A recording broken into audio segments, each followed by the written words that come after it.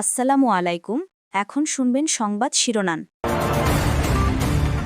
গুমোট গরম কাটিয়ে রাজধানীতে আকস্মিক শিলাবৃষ্টি, আগামী কয়েকদিন অব্যাহত বর্ষণের পূর্বাভাস। বইমেলায় ক্ষতিগ্রস্ত স্টল, ব্যাহত বেচা বিক্রি। গুরুতর অসুস্থ প্রধানমন্ত্রীর রাজনৈতিক উপদেষ্টা মির্জা আব্বাসের মস্তিষ্কে 2 দফায় অস্ত্রোপচার, হাসপাতালে গিয়ে খোঁজ খবর নিলেন তারেক রহমান। মালদ্বীপে গ্যাস সিলিন্ডার বিস্ফোরণে 5 বাংলাদেশির মর্মান্তিক মৃত্যু, গুরুতর দগ্ধ আরও 2 জন, কমিউনিটিতে শোকের ছায়া। ইরাকে রিফুয়েলিং বিমান বিধ্বস্তের ঘটনায় 6 মার্কিন সেনা নিহত। মুজতবা খামেনি সহ শীর্ষ নেতাদের তথ্য দিলে $1 কোটি পুরস্কার ঘোষণা ট্রাম্প প্রশাসনের। আসসালামু আলাইকুম। এতক্ষণ দেখছিলেন সংবাদ শিরোনাম, এখন দেখবেন বিস্তারিত। রাজধানী সহ আশপাশের বিভিন্ন এলাকায় মাঝারি বৃষ্টিসহ শিলাবৃষ্টি হয়েছে। দিনের হালকা গরমের পর এক পশলা বৃষ্টিতে চারপাশে নেমে আসে স্বস্তিদায়ক শীতল আবহ।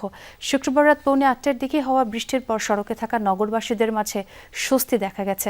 তারা বলছেন, ইফতারের পর হালকা গরম আবহাওয়ার মধ্যে বৃষ্টি হওয়ায় বেশ ভালো লাগছে। বৃষ্টি ভোগান্তি না হয়ে সবার জন্য স্বস্তির হয়েছে বলেও জানান তারা।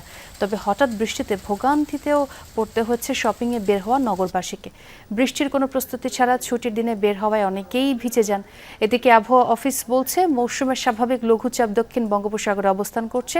এর প্রভাবে ঢাকাসহ দেশের 8 বিভাগে আগামী 5 দিন বজ্রসহ বৃষ্টির এই প্রবণতা অব্যাহত থাকতে পারে। এ সময় সারা দেশে দিন ও রাতের তাপমাত্রা সামান্য বাড়তে পারে জানিয়েছে আবহাওয়া অফিস। বইমেলার শেষ শুক্রবারে বৃষ্টির হানা, ইফতার পরবর্তী মেলায় তাই ছিল না আগের উচ্ছ্বাস। ফাগুনের শেষ বৃষ্টি অনেকটা আগুন হয়ে যেন ঝরল মেলায়। শিলাবৃষ্টিতে ক্ষতিগ্রস্ত হয়েছে অনেক স্টল। শুক্রবারের বইমেলায় অপ্রত্যাশিত বৃষ্টির হানা। ইফতারের পর যে কয়জন বই কেনার জন্য গিয়েছিলেন তাদেরও পড়তে হয় বিপাকে। আকস্মিক বৃষ্টিতে পাঠক, ক্রেতা, প্রকাশক কারোরই আগাম প্রস্তুতি ছিল না। তাই বইয়ের মলাট না উল্টে সবাই ব্যস্ত বৃষ্টি থেকে নিজেকে রক্ষায়। বৃষ্টিতে ক্ষতিগ্রস্ত হয়েছে অনেক স্টল ও বই। এর মাঝেও মেলার আনন্দে শরিক হতে বই প্রেমীদের চেষ্টার কমতি ছিল না। যারাই এসেছেন প্রতিটা মানুষই দেখবেন যে এই মুহূর্তে বই কিনছেন। আজকে ফ্রাইডে অনুযায়ী অনেক ভালো ছিল।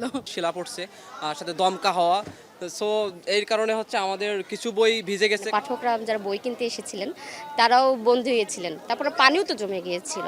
আমার ভীষণ ভালো লেগেছে, অনেকের কাছে এটা দুর্ভোগ মনে হয়েছে। সেখানে আমরা আটকা পড়ে গেলাম, লেখকের কাছ থেকে আরও বেশি কবিতা শুনলাম।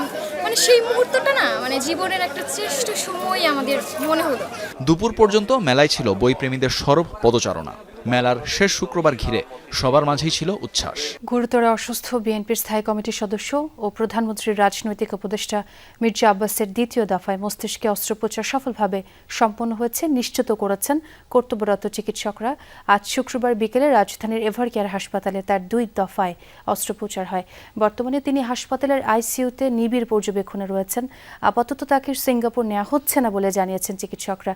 এর আগে দুপুরে রাজধানীর এভারকেয়ার হাসপাতালে যান প্রধানমন্ত্রী তারেক রহমান।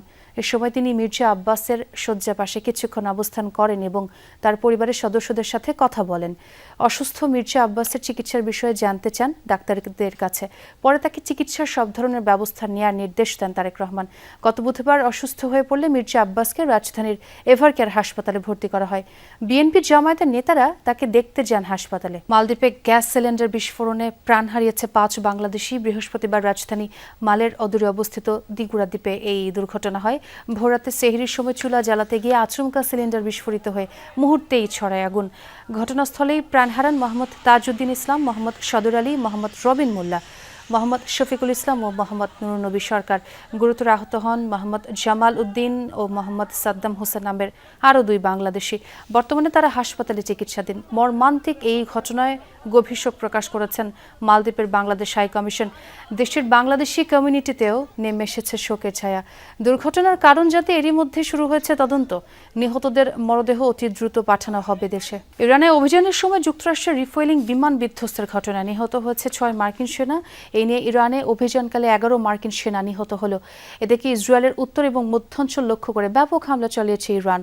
জার্জির এলাকার একটি আবাসিক এলাকায় ইরানি মিসাইলের আঘাতে আহত হয়েছে অর্ধশত ইসরায়েলি। অন্যদিকে আওয়াজ সহ ইসরায়েলের বিভিন্ন স্থানে ব্যাপক হামলা চালিয়েছে ইসরায়েল।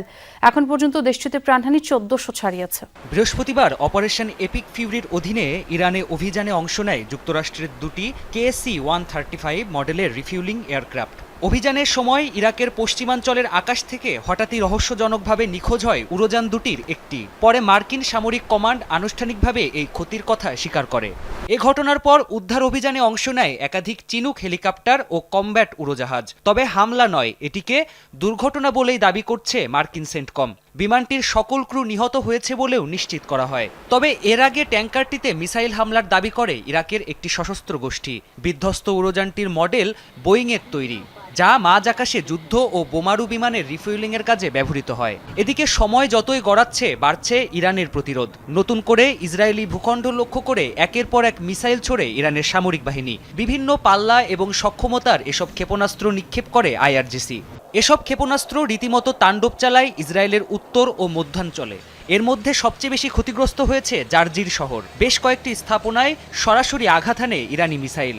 এতে ক্ষয়ক্ষতি হয় নিরাপত্তা চৌকি, আবাসিক ভবন সহ বিভিন্ন স্থাপনা। ইসরায়েলের স্থানীয় প্রশাসন বলছে ইরানের হামলায় অর্ধশত আহত হয়েছে।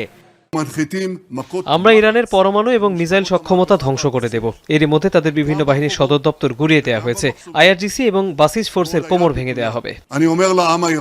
শুধু ইসরায়েলই নয়, নতুন করে হামলা চালানো হয়েছে আরব আমিরাত এবং বাহরাইনেও। এর মধ্যে দুবাইয়ের বিভিন্ন বাণিজ্যিক কেন্দ্রকে টার্গেট করা হয়। ইরানের দাবি মার্কিন মালিকানাধীন ছিল স্থাপনা। অন্যদিকে বাহরাইনে মার্কিন ঘাঁটি লক্ষ্য করে চলে হামলা। এদিকে ইরানের বিভিন্ন স্থানে অব্যাহত আছে মার্কিন এবং ইসরায়েলি যৌথ অভিযান। বৃহস্পতিবার রাত থেকে এখন পর্যন্ত ইরানের অন্তত 200 টার্গেটে সফল হামলা চালিয়েছে ইসরায়েল। ইরানের নতুন সর্বোচ্চ নেতা মুস্তফা খামেনি ও নিরাপত্তা কাউন্সিলের উপদেষ্টা আলী লরিজানির বিষয়ে তথ্য দিলে $1 কোটি মার্কিন পুরস্কার ঘোষণা করেছে ট্রাম্প প্রশাসন। সামাজিক মাধ্যম এক্সে এই ঘোষণা দেয় মার্কিন পররাষ্ট্র মন্ত্রণালয়ে। জানানো হয় তাদের বিষয়ে নির্ভুল তথ্য দিতে পারলে আর্থিক পুরস্কারের পাশাপাশি যুক্তরাষ্ট্রে পুনর্বাসনের সুযোগ পাবেন তথ্যদাতারা। মুস্তফা খামেনি আর লরিজানি ছাড়াও ইসমাইল খতিব, আলী আসগর হেজাজি, মেজর জেনারেল ইয়াহিয়া রহিম সাফাভি ও ব্রিগেডিয়ার জেনারেল ইস্কান্দার মোমিনিস সহ ইরানের বেশ কয়েকজন শীর্ষ নেতার বিষয়ে তথ্য চাওয়া হয়েছে ওই বিবৃতিতে। তবে এর কিছু সময় আগে আল কুদস দিবস উপলক্ষে তেহরানের রাস্তায় জনগণের সাথে হাঁটতে দেখা যায় আলী লরিজানিকে। সামাজিক মাধ্যমে নিজের অংশগ্রহণের ছবিও পোস্ট করেন তিনি। বর্তমান সরকার গণমাধ্যমকে অবাধ স্বাধীনতা দিতে কাজ করছে, এমনটাই বলেছেন তথ্য ও সম্প্রচার মন্ত্রী জহিরুদ্দিন স্বপন। শুক্রবার দুপুরে বগুড়ার সাংবাদিক কল্যাণ ট্রাস্টের উদ্যোগে রাজশাহী বিভাগের 7 জেলার সাংবাদিকদের আর্থিক অনুদান প্রদান অনুষ্ঠানে অংশ নেন তিনি। এ সময় মন্ত্রী বলেন, গণমাধ্যমকে ঢেলে সাজিয়ে তথ্যের অবাধ প্রবাহ সৃষ্টি করতে চায় সরকার, কারণ রাষ্ট্র ও সমাজের জন্য গণমাধ্যম অপরিহার্য। পরে সাংবাদিক পরিবারের মেধাবী সন্তানদের মাঝে শিক্ষাবৃত্তির চেক বিতরণ করেন তথ্য সম্প্রচার মন্ত্রী। গণমাধ্যমের স্বাধীনতা কোনো করুণার বিষয় নয়। গণমাধ্যমের স্বাধীনতা আমাদের অনিবার্য একটা দায়িত্ব। সরকারের ক্যাবিনেটের একজন সদস্য হিসাবে আমি আপনাদেরকে ওয়াদা করে যাচ্ছি, যে অধিকার ছিল আপনাদের প্রাপ্য, যেখান থেকে আপনাদেরকে বঞ্চিত করা হয়েছে, তালিকা করে সেই অধিকারগুলিকে আপনাদেরকে অবশ্যই ফিরিয়ে দেওয়া হবে।